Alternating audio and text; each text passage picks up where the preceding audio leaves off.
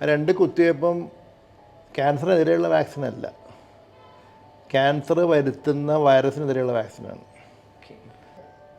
Even parents പറഞ്ഞാൽ പോലും കേൾക്കാത്ത കാര്യങ്ങൾ നമ്മൾ പറഞ്ഞാൽ കേൾക്കും. പാരൻസ് വന്ന് പറയുമ്പോൾ ഞങ്ങൾ പറഞ്ഞാൽ കേൾക്കില്ല, ഡോക്ടർ പറഞ്ഞാൽ കേൾക്കും. ശരിയാ, ഒക്കെ ശരിയാ. So there is something. നമ്മൾ പഠിച്ചൊരു പ്രൊഫഷൻ നമ്മൾ പ്രാക്ടീസ് ചെയ്യുന്നു, അതിനപ്പുറം you are not God, you don't have any godly powers ഇല്ല. അതിപ്പോൾ അപ്പം നമ്മൾ ഇത് പാരൻസ് മനസ്സിലാക്കിയ കാര്യം എന്താ വെച്ചാൽ, കുട്ടികളെ നമ്മൾ പ്രൊഫഷണലി ടോപ്പറായിട്ട് കൊണ്ടുവരുമ്പോഴും അവരുടെ health is not being taken care of.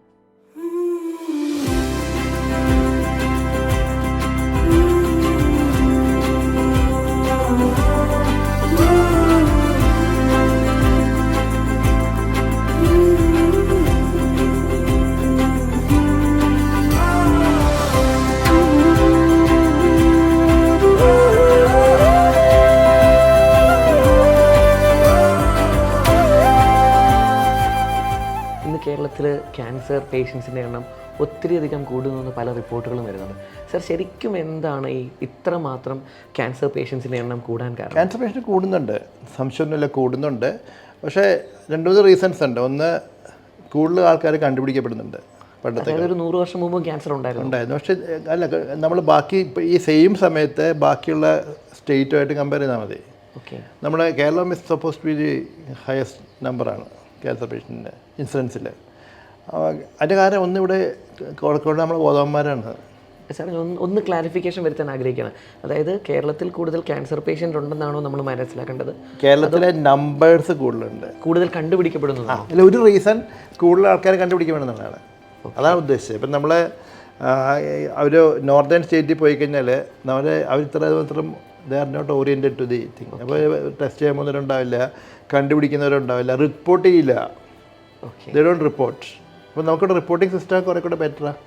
അതുകൊണ്ട് നമുക്ക് കൂടുതൽ ക്യാൻസർ നമ്പേഴ്സ് കേരളത്തിൽ ഉണ്ടാവും. മറ്റൊന്ന്, കൂടുതൽ ഫെസിലിറ്റീസ് ഉണ്ട് for a diagnosis compared to other place. There is an actual rise also. ഇത് മൂന്നും കൂടെ ചേർത്ത് വായിക്കുമ്പോഴാണ് നമ്മൾ ഭയങ്കരമായിട്ട് പക്ഷേ there is a actual rise ഉണ്ട്, കൂടുന്നുണ്ട്. അതിൽ നമുക്ക് റീസൺസ് നമ്മൾ എടുക്കുകയാണെന്നുണ്ടെങ്കിൽ നമുക്ക് 3-4 റീസൺസ് വളരെ ഇമ്പോർട്ടൻ്റ് ആണ്. ഒന്ന് ഹാബിറ്റ്സാണ്. അത് ടൊബാക്കോയും പുകയില ഏത് രൂപത്തിലാണെങ്കിലും മദ്യം, ഇത് രണ്ടും നമ്മുടെ ഇഷ്യൂ തന്നെയാണ്. മൂന്നാമത്തെ ഇഷ്യൂ ലൈഫ് സ്റ്റൈൽ, നമ്മുടെ ജീവിതശൈലിയും വളരെ ഇമ്പോർട്ടൻ്റ് ആണ്. നമ്മൾ തുടങ്ങിയ പത്ത് ഞാൻ പറഞ്ഞു, അതായത് ഇന്ന് വ്യായാമം എന്ന് പറഞ്ഞ സാധനമില്ല. കുട്ടികൾ they fail to know what is a game. നമ്മൾ ഈ ടൂർണമെൻറ്റ് കളിക്കാൻ പോകുന്ന ചിലപ്പോൾ ശ്രീജേഷ് പോയി കളിക്കുന്നുണ്ടാകും, ഹോക്കി കളിച്ചു, അങ്ങനെ പോയി പ്രണവ് പോയി നമുക്ക് ഷട്ടിൽ കളിച്ചു, അങ്ങനെ കളിക്കുന്നവരൊക്കെ അവരുടെ പ്രൊഫഷണലായിട്ട് പോയി കളിക്കുന്ന ആൾക്കാരാണ്.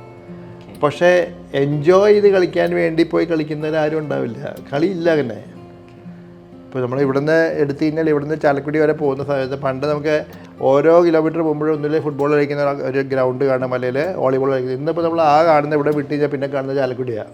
അപ്പോൾ ദാറ്റ് മീൻസ് ആ ഒരു ചൈൽഡ്ഹുഡിൽ നമുക്ക് വേണ്ട ഒരു എക്സസൈസ് ഒന്നുമില്ല. അതുകൊണ്ട് തന്നെ ഇനിയിപ്പോൾ സംഭവിക്കാൻ പോകുന്നത് അത് തന്നെയാണ്. അതായത് ഈ പറയുന്ന എല്ലാ മിടുമിടുക്കന്മാരും ഡോക്ടർമാരും എഞ്ചിനീയർമാരും പ്രൊഫഷണലൊക്കെ കയറി വരും. പക്ഷേ ഇവരെല്ലാം ഇപ്പോഴത്തേക്കാളും വളരെയധികം മുമ്പ്, ഇപ്പോഴത്തെ ആൾക്കാരെക്കാളും വളരെയധികം മുമ്പ് they will be going to be patients. ക്യാൻസറുള്ളതല്ല, വിത്ത് ഡിഫറൻസ്, മസിൽ പെയിനും അല്ലെങ്കിൽ ബോൺ ഡിസീസും ബോൺ പ്രശ്നം ഇതൊക്കെ ആയിട്ട് ഇതെല്ലാം. അപ്പോൾ നമ്മൾ ഇത് പാരൻസ് മനസ്സിലാക്കിയ കാര്യം എന്താ വെച്ചാൽ, കുട്ടികളെ നമ്മൾ പ്രൊഫഷണലി ടോപ്പറായിട്ട് കൊണ്ടുവരുമ്പോഴും അവരുടെ health is not being taken care of. ഒരു ഹെൽത്തി ലൈഫ് സ്റ്റൈൽ ഉണ്ടാക്കിയാൽ പറ്റുള്ളൂ. അതിനെക്കുറിച്ചൊന്നും നമുക്ക് ആലോചിക്കാൻ സമയമില്ല. നമ്മുടെ എല്ലാ ഇതിൽ കൂടെ പോവുകയാണ്. അവിടെ ഫിസിക്കൽ മാത്രമല്ല, മെൻ്റൽ ഓൾസോ.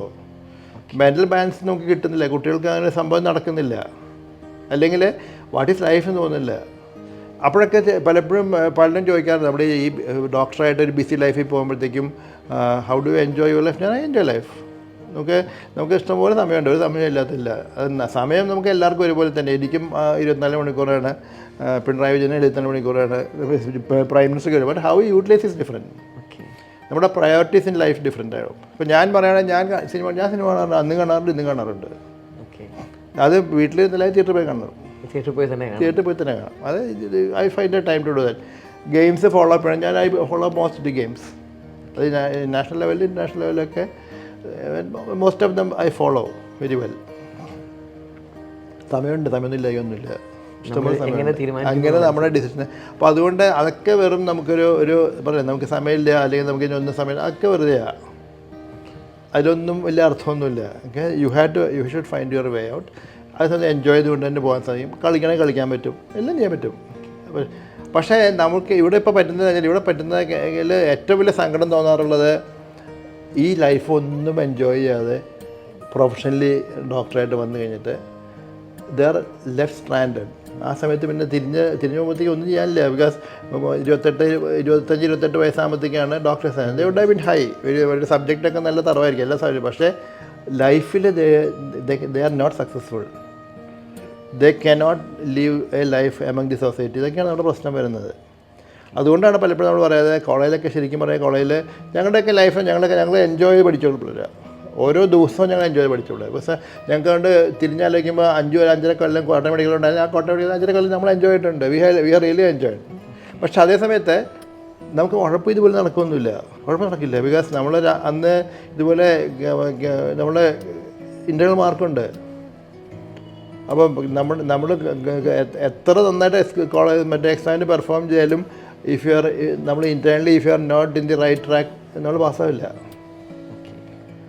അപ്പോൾ അങ്ങനത്തെ ഒക്കെ ഇതുണ്ട്. അതുപോലെ ഫസ്റ്റ് എം ബി ഒക്കെ ഞങ്ങളത് ഭയങ്കര ഫസ്റ്റ് എം ബി ഞങ്ങളുടെ സാധനം പറഞ്ഞാൽ ഞങ്ങളുടെ ഫസ്റ്റ് എം ബിയിൽ മാക്സിമം 50% പാസ്സാവുള്ളൂ. അത് 50 അത് മാർക്ക് ബേസ് ചെയ്തിട്ടല്ല, 50% പാസ്സാവുള്ളൂ. 50% പാസ്സാക്കുകയുള്ളൂ. ഫൈനൽ എം ബി അതുപോലെ തന്നെയാണ്. ഞാൻ നന്നായിട്ട് പെർഫോം ചെയ്തിട്ട് മാത്രം ഞാൻ പാസ്സാവില്ല.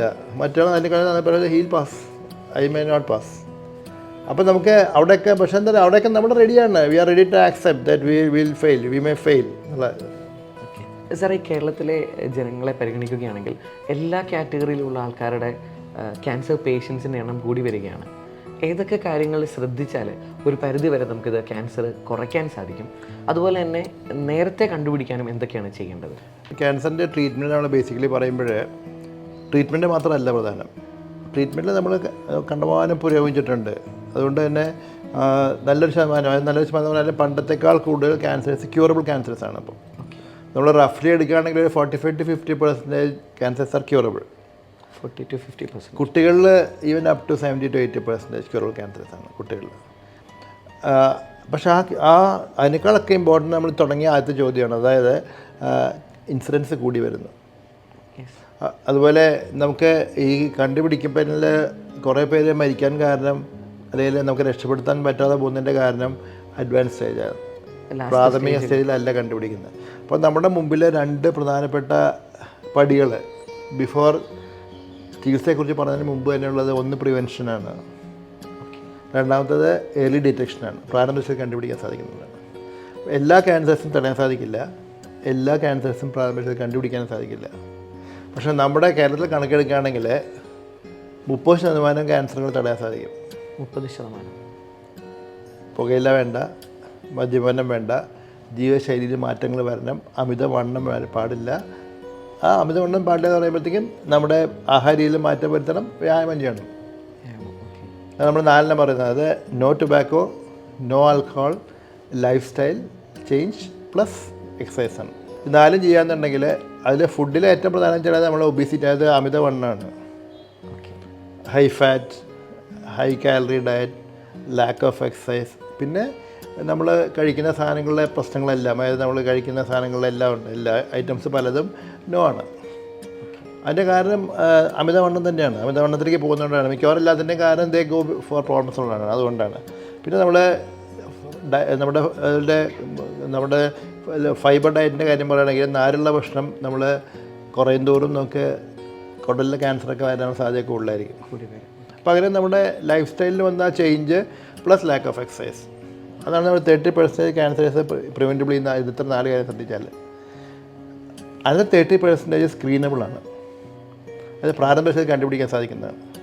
ബ്രസ്റ്റ് ക്യാൻസർ കണ്ടുപിടിക്കാൻ സാധിക്കും, ഗർഭാശയ ക്യാൻസർ കണ്ടുപിടിക്കാൻ സാധിക്കും, വാക്യം തുടങ്ങുന്നവരെ കണ്ടുപിടിക്കാൻ സാധിക്കും, പ്രോസ്റ്റേറ്റ് ക്യാൻസർ കണ്ടുപിടിക്കാൻ സാധിക്കും, അതുപോലെ തന്നെ വൻകുടലിലെ ക്യാൻസർ കണ്ടുപിടിക്കാൻ സാധിക്കും. അപ്പോൾ 30% ആയി. രണ്ടും കൂടെ കൂട്ടിച്ചേർത്ത് വായിച്ചാൽ 50% ക്യാൻസറുകൾ തടയാനോ പ്രാരംഭ ദശയിൽ കണ്ടുപിടിച്ച് ചികിത്സിക്കാനോ സാധിക്കുന്ന ക്യാൻസറുകളാണ്. പക്ഷെ അത് നമ്മളൊന്നും തുടങ്ങിയിട്ടില്ല. നമ്മൾ ലാസ്റ്റ് 50 നമ്മളെപ്പോഴും അസുഖം വന്നാൽ രക്ഷപ്പെടും, ഒറ്റ ചോദ്യം നമ്മൾ ചോദിക്കാറുള്ളൂ. അതുകൊണ്ട് തന്നെ നമ്മുടെ ട്രസ്റ്റും അതെ, നമ്മുടെ അധികാരികളുടെ ട്രസ്റ്റും ഒക്കെ ഹോസ്പിറ്റൽസ് ബിൽഡപ്പ് ചെയ്യുക എന്നുള്ളതാണ്. അതായത് പുതിയ ക്യാൻസർ സെൻ്ററുകൾ വരണം. പക്ഷേ അതിനപ്പുറം ഈ പറയുന്ന നമ്മൾ ഈ എൻട്രൻസിന് പഠിക്കുന്ന കുട്ടികൾക്കൊക്കെ അറിഞ്ഞിരിക്കേണ്ടതെന്ന് വെച്ചാൽ അവരൊക്കെ they should know about their health. അവരുടെ ഹെൽത്തിന്, അത് എൻജിനീയറിങ്ങിന് പോയാലും MBBS പോയാലും എല്ലാം സ്വന്തം ശരീരത്തിനെ കുറിച്ച് പഠിക്കാതെ നമ്മൾ ബാക്കിയൊന്നും പഠിച്ചിട്ട് വലിയ കാര്യമൊന്നുമില്ല. അപ്പം 2ാം ലോകമേഖലയിൽ ആരൊക്കെ തമ്മിൽ യുദ്ധം ചെയ്തേക്കാൾ പ്രധാനമായിട്ട് നമ്മുടെ ശരീരത്തിൽ എന്തൊക്കെ യുദ്ധം നടക്കുന്നുണ്ടെന്നുള്ളത്. അപ്പോൾ അതൊക്കെ അറിഞ്ഞില്ലെങ്കിൽ നമ്മൾ we are at a loss ആണ്. അപ്പോൾ ഇതാണ് നമ്മുടെ കണക്കുകൾ ഇതാണ്. പക്ഷേ നമ്മൾ അതിലേക്കുള്ള ശ്രമം നമ്മൾ ഇതുവരെ തുടങ്ങിയിട്ടില്ല. സാർ, ഞാൻ ഇതോടൊപ്പം ഒരു കാര്യം കൂടെ ചോദിക്കാൻ ആഗ്രഹിക്കുകയാണ്. ഇപ്പോൾ ശരിക്കും നമ്മൾ കേരളത്തിലെ ആൾക്കാരെ നോക്കുകയാണെങ്കിൽ ഏറ്റവും കൂടുതൽ ക്യാൻസർ ഏത് പാർട്ടുകൾ? അങ്ങനെ നമ്മുടെ ഇവിടെ സ്ത്രീകളിൽ ഏറ്റവും കൂടുതൽ കാണുന്നത് ബ്രസ്റ്റ് ക്യാൻസറാണ്. ഓക്കെ. നമ്മുടെ കണക്ക് എങ്ങനെയാണെന്ന് വെച്ചാൽ എവറി 3rd ഫീമെയിൽ, അതായത് 3 സ്ത്രീകളിൽ ഒരു സ്ത്രീ ക്യാൻസറുമായിട്ട് OPയിൽ വരുന്ന സ്ത്രീകളിൽ 3-ൽ 1 സ്ത്രീ വരുന്നത് ബ്രസ്റ്റ് ക്യാൻസറായിട്ടാണ്. പക്ഷേ തിരിച്ചറിയപ്പെടാൻ ലേറ്റ് ആവുന്നുണ്ട്. അത് ലേറ്റ് ആണെങ്കിൽ നമുക്ക് അതിൻ്റെ നമ്മൾ പോകുന്നില്ല. പുരുഷന്മാരിൽ ഏറ്റവും കൂടുതൽ കാണുന്നത് ലങ് ക്യാൻസറും വഹിക്കുന്നുണ്ടെങ്കിൽ ഇതുപോലെ ക്യാൻസറാണ്. അത് രണ്ടും കണക്റ്റഡ് ടൊബാക്കോ ആണ്, പുല്ലുമായിട്ട് ബന്ധപ്പെട്ടാണ്. ഇത് രണ്ടുമാണ് നമ്മുടെ. അതുപോലെ ഈ നമ്മൾ പ്രിവെൻഷൻ പറയുമ്പോൾ നമ്മൾ പറയുന്നതിൻ്റെ കൂടെ തന്നെ എല്ലാവരും അറിഞ്ഞിരിക്കേണ്ട 2 വാക്സിനുണ്ട്. ഗ്രന്ഥ പ്രതിരോധ കുത്തിവയ്പ്പുണ്ട്. ആ 2 കുത്തിവയ്പ്പും ക്യാൻസറിനെതിരെയുള്ള വാക്സിനല്ല, ക്യാൻസർ വരുത്തുന്ന വൈറസിനെതിരെയുള്ള വാക്സിനാണ്. അപ്പോൾ നമുക്ക് അതിൽ ഒരെണ്ണം നമുക്ക് ലിവർ ക്യാൻസറിന് കാരണക്കാരായ ഹെപ്പറ്റൈറ്റിസ് B വൈറസ് ഉണ്ട്, അതിനെതിരെയുള്ള പ്രതിരോധ കുത്തിവയ്പ്പാണത്. അതുപോലെ സ്ത്രീകളിൽ പെൺകുട്ടികളിൽ വരുന്ന ഗർഭാശയ ക്യാൻസർ ഉണ്ടാക്കുന്നത് ഹ്യൂമൻ പാപ്പിലോമ വൈറസാണ്, HPV വൈറസാണ്. അതിനെതിരെ പെൺകുട്ടികൾ കുത്തിവയ്പ്പ് എടുക്കണം, വാക്സിനേഷൻ എടുക്കണം. ഈ 2 വാക്സിനും കൂടെ നമ്മുടെ പ്രിവെൻറ്റീവ് പ്രോഗ്രാമിലുള്ളതാണ്. അതെല്ലാം കൂടെ കൂട്ടിച്ചേർത്താണ് ഞാൻ പറയുന്നത് 30% ആർ പ്രിവെൻറ്റബിൾ എന്ന കാരണം. സാർ, ഞാൻ ഇതിനോടൊന്ന് കണക്ട് ചെയ്ത് പറയാൻ ആഗ്രഹിക്കുകയാണ്. ഈ കഴിഞ്ഞിടയ്ക്ക് സോഷ്യൽ മീഡിയയിലൊക്കെ റഷ്യ ഒരു വാക്സിൻ കണ്ടുപിടിച്ചു. അത് ക്യാൻസറിന് വാക്സിൻസ് ഡെവലപ്പ് ചെയ്ത് വരുന്നുണ്ട്. പക്ഷെ ഒന്നും അങ്ങനെ നമുക്ക് ആധികാരികമായിട്ട് വന്നു തുടങ്ങിയിട്ടില്ല. പക്ഷേ they are almost on the verge. നമുക്ക് ആൻറ്റി ക്യാൻസർ വാക്സിൻസ് പലതിനും ഉള്ളതിന് വരാനുള്ള ഓൾമോസ്റ്റ് വാതിക്ക വന്ന് നിൽക്കുന്നുണ്ട്. അതപ്പം ഒരു വിശ്വസനീയമായ ഒരു സിറ്റുവേഷൻ നമുക്ക് പരിഗണിക്കപ്പെടും, അങ്ങോട്ട് പോയിക്കൊണ്ടിരിക്കുന്നുണ്ട്, സാധ്യതകളുണ്ടത്. സാർ, ഒരു ഡെഫിനേഷൻ ഞാൻ ചോദിക്കാൻ ആഗ്രഹിക്കുകയാണ്. ഇപ്പോൾ ഒത്തിരി ഡോക്ടേഴ്സ് നമുക്ക് ചുറ്റുമുണ്ട്, വിദ്യാർത്ഥികളാണ് ഡോക്ടേഴ്സ് ആവാൻ ഒത്തിരി ആഗ്രഹിക്കുന്നവരുണ്ട്. സാർ, ശരിക്കും എങ്ങനെ സാറിന് ഡിഫൈൻ ചെയ്യാം ഒരു സക്സസ്ഫുൾ ഡോക്ടർ എന്നൊരു ഡെഫിനേഷൻ? സക്സസ്ഫുൾ ഡോക്ടർക്ക് ഞാൻ പറയും ഏറ്റവും സുഖമായിട്ട് രാത്രി ഇവിടെ നിന്ന് കിടന്നുറങ്ങാൻ, നല്ല സമാധാനത്തോടെ ഉറങ്ങാൻ സാധിക്കുകയാണെങ്കിൽ ഈസ് എ സക്സസ്ഫുൾ ഡോക്ടർ.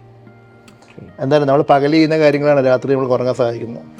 പകൽ ഞാൻ എന്തെങ്കിലുമൊക്കെ കാണിച്ചു വെച്ചിട്ട് തിരിച്ചു വന്ന് ഞാൻ എത്ര കിടന്ന് എനിക്ക് ഉറങ്ങാൻ സാധിക്കില്ല. പക്ഷേ if I am doing a proper thing, അത് ഒരു ഡെത്താവും, ഒരു പേഷ്യൻ്റ് ഡെത്താവും നമ്മൾ. പക്ഷേ ഡെത്ത് ആയാൽ പോലും ഇപ്പം നമ്മൾ പറയും നമുക്ക് എല്ലാവരും ഫൈറ്റ് ചെയ്യുന്ന ഡോക്ടർ പേഷ്യൻ്റ് ഡെത്തായ ഉടനെ ഹോസ്പിറ്റൽ തകർക്കും, എല്ലാം സംഭവിക്കും, ഇല്ലെന്ന് പറയുന്നില്ല. സൊസൈറ്റി ഈസ് ചേഞ്ചിങ്, അതിന് സംശയമൊന്നുമില്ല. പക്ഷേ തിരിച്ചുള്ള ആൾക്കാരാണ് കൂടുതൽ നന്ദിയോടെ ആൾക്കാരെ കൂടുതൽ. ഒരു 80% ആൾക്കാരും ദേ like you, they love you. ഒരു 10-20% ആൾക്കാരേ ഉള്ളൂ ഇല്ലാത്ത ആൾക്കാർ. അതിൽ പക്ഷേ നമ്മുടെ ക്വസ്റ്റ്യൻ എന്താണെന്ന് വെച്ചാൽ ആ 10% ആൾക്കാർക്ക് വേണ്ടി നമ്മൾ മാറണമെന്നുള്ളത്. നമ്മൾ മാറില്ല. Very clearly I always tell you, നമ്മൾ മാറില്ല. കാരണം നമ്മുടെ മുമ്പിൽ ആ 90% ആൾക്കാർ ദേ വാണ്ട് യുവർ ഹെൽപ്പ്. പക്ഷേ അവർ സൈലൻ്റ് ആയിട്ട് നിൽക്കുക എന്നുള്ളത്. പക്ഷേ അതേ സമയത്ത് അവർ നമുക്ക് നമ്മൾ സപ്പോർട്ട് ചെയ്യാൻ ഇഷ്ടപ്പെടുന്ന ആൾക്കാരുണ്ട്. അവർ ബിഹൈൻഡ് ദി സീനാണ്. അവർ മറ്റേപോലെ മുമ്പിൽ ഒന്ന് എറിഞ്ഞിടുന്ന ആൾക്കാരെ, പക്ഷേ ദേ വിൽ ബി സപ്പോർട്ട്. ഒരു ഇഷ്യൂ ഉണ്ടായിക്കഴിഞ്ഞാൽ ദേ വിൽ ബി വിത്ത് യു. അത് നമ്മൾ ശരിക്കും എൻജോയ് ചെയ്യാൻ പറ്റും, ശരിക്കും മനസ്സിലാക്കാൻ സാധിക്കും.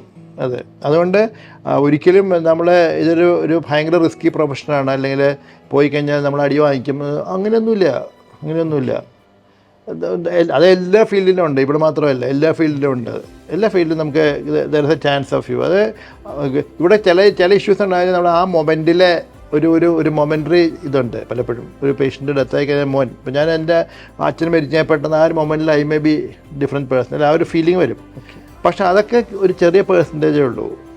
ഞാൻ നേരത്തെ പറഞ്ഞ പോലെ ബാക്കി 90%ഉം ദേ ആർ വിത്ത് യു. അതാണ് നമ്മുടെ പ്ലസ് പോയിൻ്റ്. അതാണ് ഏറ്റവും നമ്മൾ എൻജോയ് ചെയ്യുന്നതും അതുകൊണ്ട് തന്നെയാണ്. സാർ ഒരു പക്ഷേ ഈ സന്തോഷങ്ങൾ തിരിച്ചറിയുന്ന അവസരത്തിൽ തന്നെ ചിലപ്പം ഒരു പക്ഷേ നമുക്ക് ട്രീറ്റ്മെൻറ്റ് ചെയ്ത് ക്യൂറബിൾ ആക്കാൻ പറ്റുന്നില്ലാത്ത സിറ്റുവേഷൻസും അവിടെയാണ് ഞാൻ പറഞ്ഞ ആക്സെപ്റ്റിംഗ് ഡിഫീറ്റ് എന്ന് പറഞ്ഞത്. ഓക്കെ. അതായത് അത് മനസ്സിലാക്കുന്നത് എപ്പോഴാണെന്ന് വെച്ചാൽ, ഞാൻ പഠിച്ചൊരു ശാസ്ത്രം ഞാൻ അതിനപ്പുറം എനിക്ക് അമാനുഷികമായിട്ടുള്ള ഒരു കഴിവുമില്ല എന്ന് ഞാൻ തിരിച്ചറിയും. ഓക്കെ. അത് തിരിച്ചറിഞ്ഞാൽ then you are a very balance person. അതായത് ഈ ഒരു പേഷ്യൻ്റ് രക്ഷപ്പെടുന്നത് എൻ്റെ ക്രെഡിറ്റ് മാത്രം കൊണ്ടൊന്നുമല്ല. The team behind. ടീം മാത്രമല്ല, ദർ സംബഡി എബോവ് യു. അത് നമ്മൾ എങ്ങനെ വേണമെങ്കിൽ വിശേഷിപ്പിക്കാം. ദൈവം എന്ന് വേണമെങ്കിൽ വിശേഷിപ്പിക്കാം, യേശുക്രിസ്തുവിനെ വിശേഷിപ്പിക്കാം, അല്ലെങ്കിൽ ശ്രീ അയ്യപ്പനെ വേണമെങ്കിൽ വിശേഷിപ്പിക്കാം, അല്ലെങ്കിൽ നമ്മുടെ മുസ്ലിം പള്ളി പോയി പ്രാർത്ഥിക്കുന്ന ഒക്കെ ശരിയാണ്. So there is something. നമ്മൾ പഠിച്ചൊരു പ്രൊഫഷൻ നമ്മൾ പ്രാക്ടീസ് ചെയ്യുന്നു, അതിനപ്പുറം you are not God, you don't have any godly powers.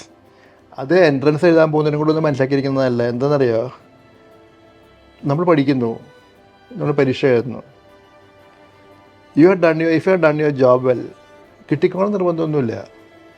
Because there are so many factors which are operating. ആ ഒരു മൊമെൻറ്റിൽ വേറെ ആൾക്കാണ് ആ തോട്ട് പ്രോസസ് വന്ന് ഒരൊറ്റ മാർക്ക് വ്യത്യാസം, 2 മാർക്ക് വ്യത്യാസം വന്നാൽ യു ആർ ഡൗൺ സ്ട്രീം. പക്ഷേ അവിടെയൊക്കെ മനസ്സിലാക്കേണ്ടത് 2 കാര്യം മനസ്സിലാക്കിയത്. ഒന്ന്, doctor, if you want to be a doctor you have re exam. സംശയമൊന്നുമില്ല. ഇപ്പോഴത്തെ സിറ്റുവേഷനിൽ ഒരിക്കൽ എഴുതി കിട്ടിയില്ല, അതുകൊണ്ട് ഞാൻ എൻ്റെ ജീവിതം കഴിഞ്ഞു, ഒരിക്കലും ഇല്ല. അവസാനം ഈ ഓട്ടത്തിൽ നമ്മളെല്ലാവരും ഒരുമിച്ചായിരിക്കും. കാര്യം എന്താ വെച്ചാൽ, ഒരാൾ സ്റ്റാർട്ട് ഫസ്റ്റ് ആയിരിക്കും, നമ്മൾ റണ്ണിങ് നോക്കിയാൽ മതി, ഓടുന്നത് നോക്കിയാൽ നമുക്കറിയാം. ചിലർ ഗുഡ് സ്റ്റാർട്ടേഴ്സ് ആയിരിക്കും, ചിലർ മിഡിലായിരിക്കും, ചിലർ ഫിനിഷിംഗ് ആയിരിക്കും. അവസാനം നമ്മൾ നോക്കിക്കഴിഞ്ഞാൽ ഈ 40 പേര് 50 പേര് പാസ്സായി പോകുന്ന എല്ലാവരും അവസാനം പ്രൊഫഷണൽ എൻഡിൽ വരുമ്പം ഈ സ്റ്റാർട്ടിൽ വിൻ ചെയ്ത ആളായിരിക്കില്ല ലാസ്റ്റിൽ വിൻ ചെയ്യുന്ന ആൾ. ഈ തേർഡ് പേഴ്സൺ ഹൂഡ്. അത് അവിടെയാണ് നമ്മൾ മനസ്സിലാക്കേണ്ടത്. ഈ ഒരു പരാജയം അല്ലെങ്കിൽ ഒരു ജയം നമ്മൾ ഒരിടത്ത് എത്തിക്കുന്നില്ലെന്ന് മനസ്സിലാക്കേണ്ടത് അവിടെ. It goes on. But at the end of the day നമുക്ക് suppose I take a decision that I want to become this, I'm sure that you will become. പക്ഷെ അതിന് ഞാനിരുന്ന് വെറുതെ ഇരുന്നിട്ട് കാര്യമില്ല. You should put in effort put ചെയ്യാൻ നമുക്ക് ഒന്നും സാധിക്കില്ല. പക്ഷേ എഫർട്ട് വേണമെന്ന് പറഞ്ഞാൽ, പക്ഷേ അതിൽ ഒരു single failure or 2 failure should not take you back. അത് എൻട്രൻസ് മാത്രമല്ല, എല്ലായിടത്തും അങ്ങനെ തന്നെയാണ്. ലൈഫിൽ നമ്മൾ സക്സസ്ഫുൾ ആവണമെന്നുണ്ടെങ്കിൽ failures should be equally accepted and then try to fight against and go up. Sir, അതോടൊപ്പം ഞാനൊരു ക്യൂരിയോസിറ്റിയും കൂടി ചോദിക്കാൻ ആഗ്രഹിക്കുകയാണ്. ഇപ്പോൾ ഒരു പുതിയൊരു ഓട്ടോമേഷനും റോബോട്ടിക്സും AI ഒക്കെ വരുന്നൊരു കാലയളവാണല്ലോ.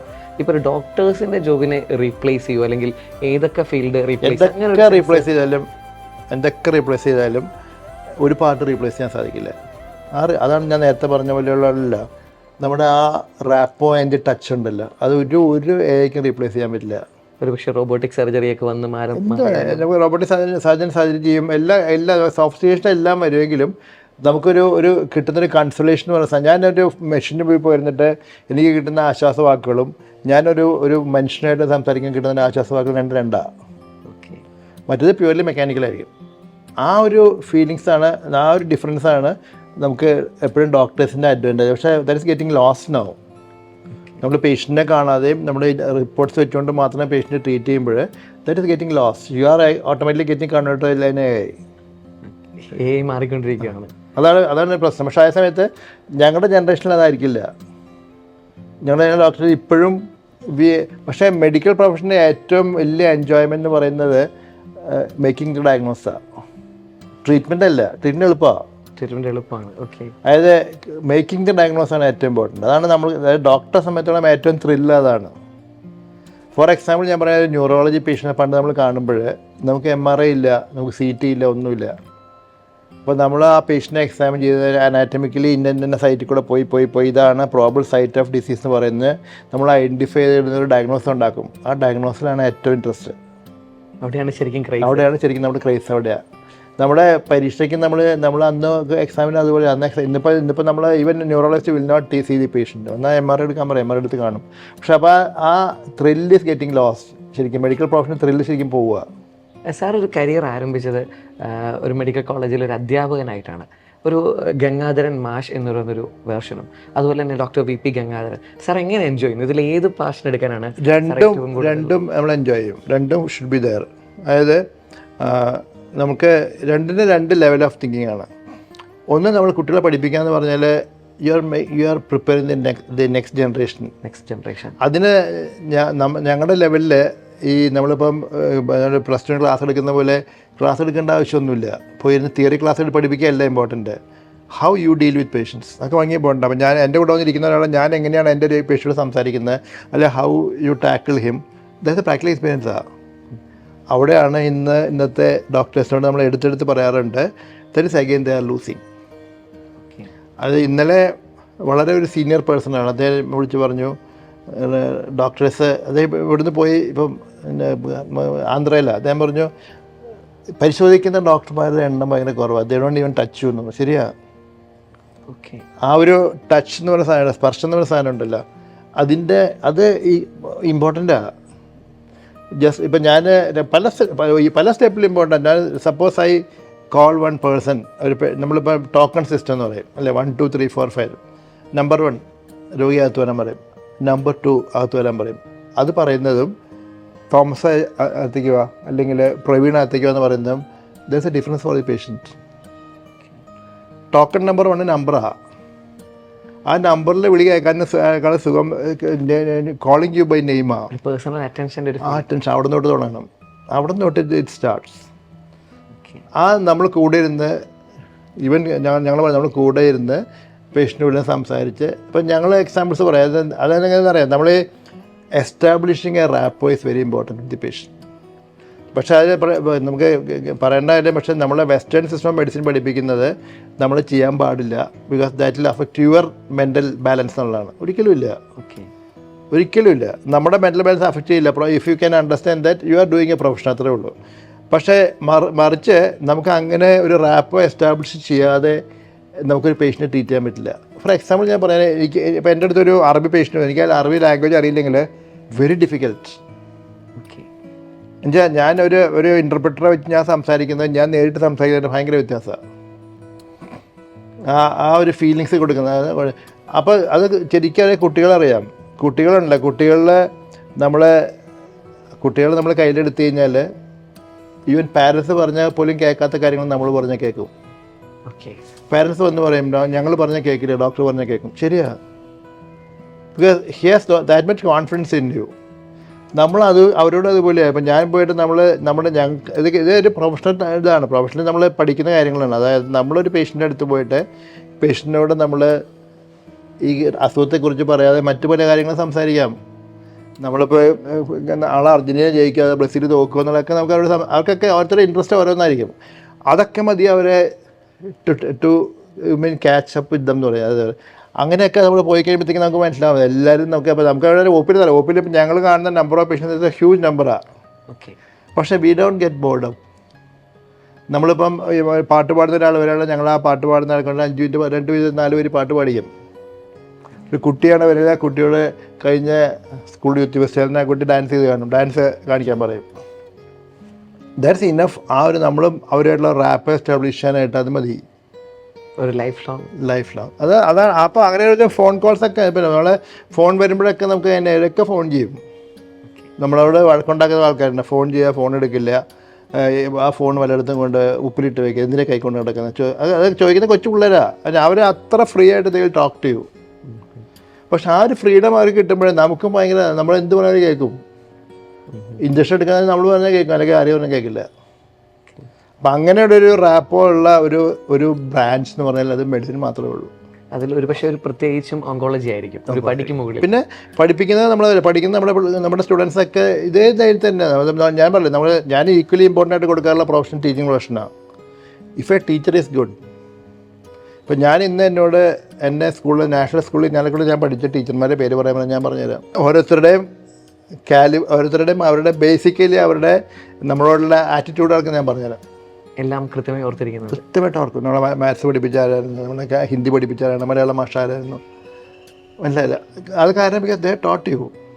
ഇപ്പം ഞാൻ എപ്പോഴും പറയുന്നത്, നമ്മളിപ്പോൾ എവിടെ പോയി ഞാൻ എന്ത് പ്രസംഗിക്കുകയാണെങ്കിൽ ഞാൻ സായന ഭാഷ ഓർക്കും. സായന ഭാഷ ക്ലാസ്സിൽ നമ്മൾ ഇരിക്കുമ്പോൾ നമുക്ക് what you are gaining is not Malayalam അല്ല നമ്മൾ പഠിക്കുന്നത് ഹൗ ടു ലിവ് എന്നുള്ളതാണ്, ജീവിതത്തെക്കുറിച്ച് പഠിക്കുന്നത്. അങ്ങനെ വരുന്ന ടീച്ചേഴ്സിനെ പോലെ തന്നെ ഒരു പ്രൊഫഷനാണ് മെഡിസിനിൽ ഇതുപോലെ മെഡിസിൻ നമ്മൾ പഠിപ്പിക്കുകയാണെങ്കിൽ ഞാൻ എൻട്രൻസ് ക്ലാസ്സിലേക്ക് പോകാറുണ്ട്. എൻട്രൻസ് ക്ലാസ്സിൻ്റെ സെൻസ് MBBS നിങ്ങളുടെ ഇതിനല്ല, PG എൻട്രൻസിന് PG entrance. Okay class എടുക്കാൻ പോകാറുണ്ട്. ഹ്യൂജ് ക്രൗഡ് ക്ലാസ് എടുക്കാറുണ്ട് പണ്ട്. ഓക്കെ. അവിടെ നമ്മൾ കൊടുക്കുന്നത് നമ്മുടെ ഹൗ ടു ഗോ എന്നുള്ളതാണ്. അപ്പോൾ ഞാനെപ്പോഴും തമാശ പറഞ്ഞുള്ളത് എപ്പോഴും ചോദിക്കുന്നത് who is the most eligible person to take an entrance class, അങ്ങനെ തുടങ്ങുക. ഇപ്പോൾ നമ്മളെല്ലാം കൊടുക്കും. Topper in exam, is a very good teacher, അങ്ങനെ കൊടുത്ത് അവസാനത്തെ വരെ എന്തായിരിക്കും അറിയുക, who has written the maximum number of entrance exams. അതാണ് ആൻസർ. കറക്റ്റ്.